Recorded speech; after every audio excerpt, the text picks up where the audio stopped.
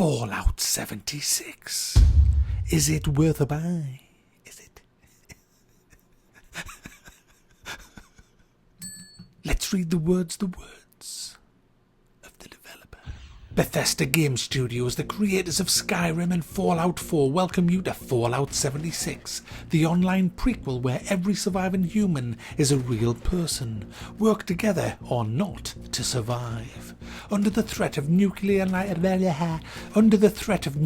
annihilation, experience the largest world ever created in Fallout. Play solo or join together as you explore, quest, and triumph against the wasteland's greatest threats.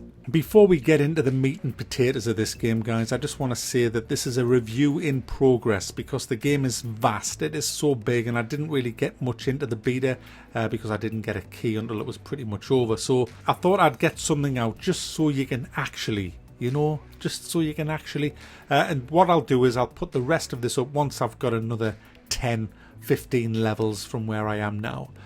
So basically this is more of a first impressions review, but the game is in such a state that I really felt the need to bring you this information.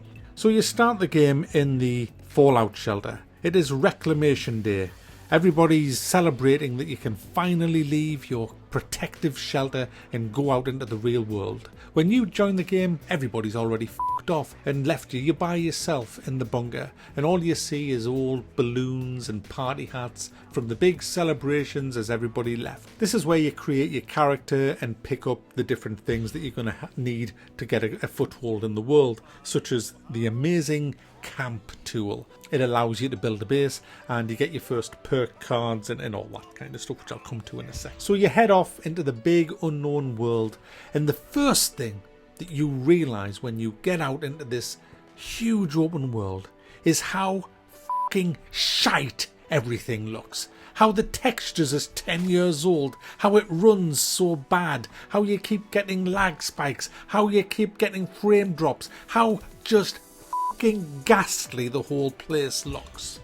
Shortly after that, guys, you will be attacked by either a fucking rampant mole, a stupid fucking dog, a two-headed cow, or some kind of feral ghoul with a punk fucking haircut. And there's something you'll notice immediately as this happens, and that's that the field of view is about 7. It's fucking rancid, and you can't change it. No, you can't do anything about that. It's in your fucking face so bad that when the enemies come at you for some melee combat, they fucking disappear under your chin. They vanish under your fucking chin. Your chin, it's like if you've got a big fucking chin, you can't see. It's like, where the...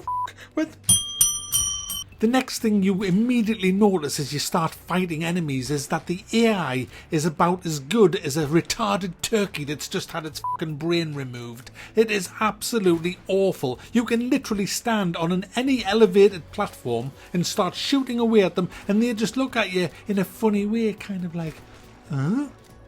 How did you get out there? And this is when you suddenly realise you've paid £50 and been totally fucking ripped off.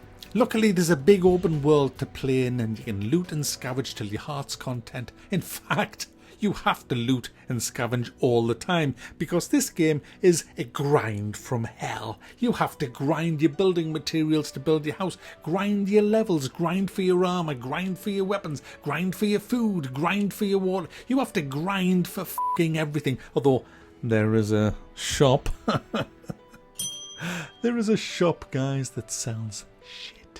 I bought a front door. I bought a front door from the online shop because I was given free credits for buying the game. So I bought a front door. Wow. Thanks. I mean, the world isn't that bad, guys. It really isn't that bad. There's lots of believable things. You'll come across bodies everywhere as people were nuked in the middle of doing their job, turned to ash in the middle of digging the lawn or having a jacuzzi or something. You'll go into the many houses and you'll pick loads and loads of stuff up. You then take them to the relevant workbench and you can craft shit out of them. You can get blueprints by sacrificing things like you can in 7 Days to Die and other games like that.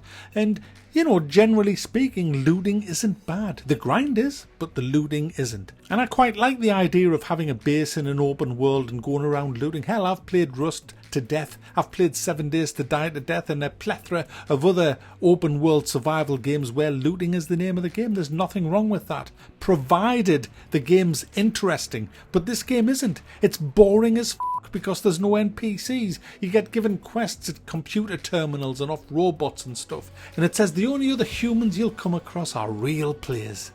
Yes, unfortunately, the game world is so fucking big, it's only once every blue moon you come across another fucking player. And when you see them, you can't chat to them because there's no chat box. No chat box. You can't type, alright mate? No. You can't push to talk either. You've got to have your mic always on. And do you know why that is, guys? It's because it's a port. It's a port. Do you know what the port did, guys? In my opinion, I'll tell you how. They finished the game on the console, and then they picked it up and threw it at a PC and said, there's your port. That's how it feels, guys. No effort at all for the PC. None. To give you an idea, if you rebind your keys on the PC, I use TGF8, so rebind your keys to that, yeah, it's fine, it works great, until you come to build a house. Oh my goodness. When you come to build a house, once you've picked up something that you've built like a piece of foundation, you can't move.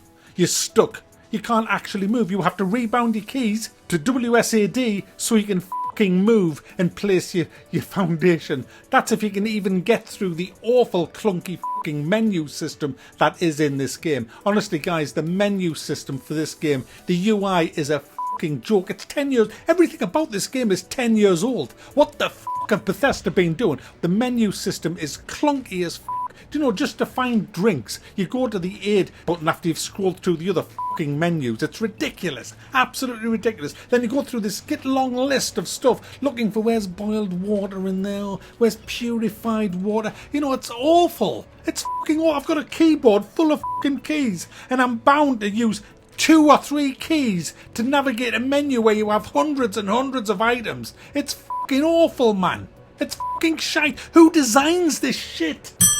Then there's all the endless bugs in the game. We had this quest where we had to defend 3 machines from waves and waves of enemy. One of the enemy was in the machine. The wall just got inside the machine. We couldn't hit it. And it's just inside trolling us, eating the machine from the inside. And there's all we can do. Its head kept popping out, looking at us going, I'm in your machine, eating your bits, lol. Then you have the bad animations. You have skating enemies. Enemies that they don't walk anymore. They're just on the floor skating along. Just like, hi, you want to see me skate? What's this? How's that, eh? Good, innit? They just skate. It's like you don't know what to do with it. To laugh at them or shoot the fuckers. Bye. Just have for a skate. Then you have the ones that's even more funnier than them. The ones that walk like they've shit themselves. They're like toddle in. But the ones that must never look at your face. We will not look in your eyes. We will just hide our faces from you as we... Guys, fucking hell, 50 fucking quid for this. 50 quid for this, guys. But the creme de la creme of bugs in this game, guys, is the base building one. You see, I built a base on the golf course. It was in a nice place. It was surrounded by bots that would defend it, and I was really happy with where I'd built the base. It might not have been much, but hey, I'd just started building. Now, when you log out of this game, your base all vanishes, and the game's supposed to not allow another player to build on there because that's your land, you own it, and then when you come back in the game, your base appears. If only it worked like that, because when I came back in to log into my little hovel of a house, but it was my little hovely house, it was gone. Totally gone.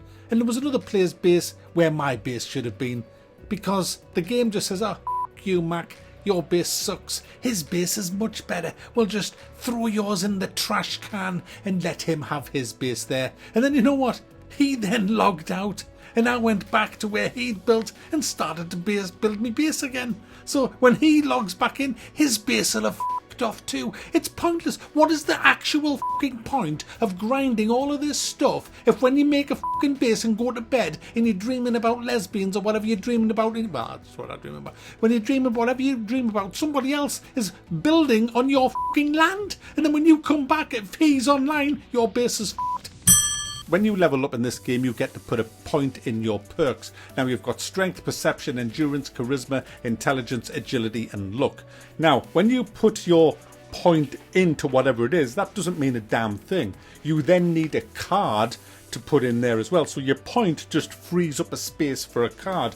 Now you get a pack of cards every so often in the game, and in them pack of cards is random cards. You might get a strength, you might get a perception, you might get 2 strength, 2 perception, or you just might get all strength, you might get an intelligence. It could be anything that you get.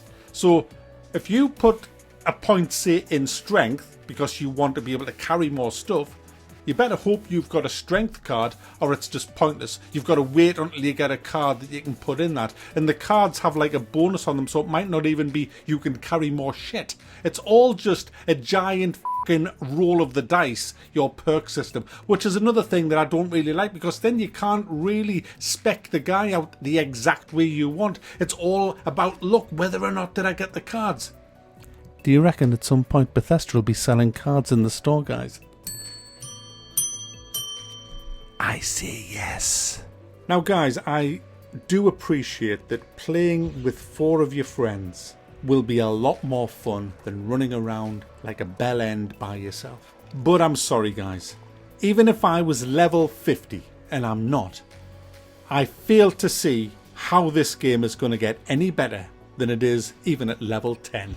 Because the AI is broken, the crafting is horrible, the UI is clunky, the world looks shit, the grind is fucking hideous, and the biggest thing of all, what's the fucking point of the game when the servers are having like 20 people on them?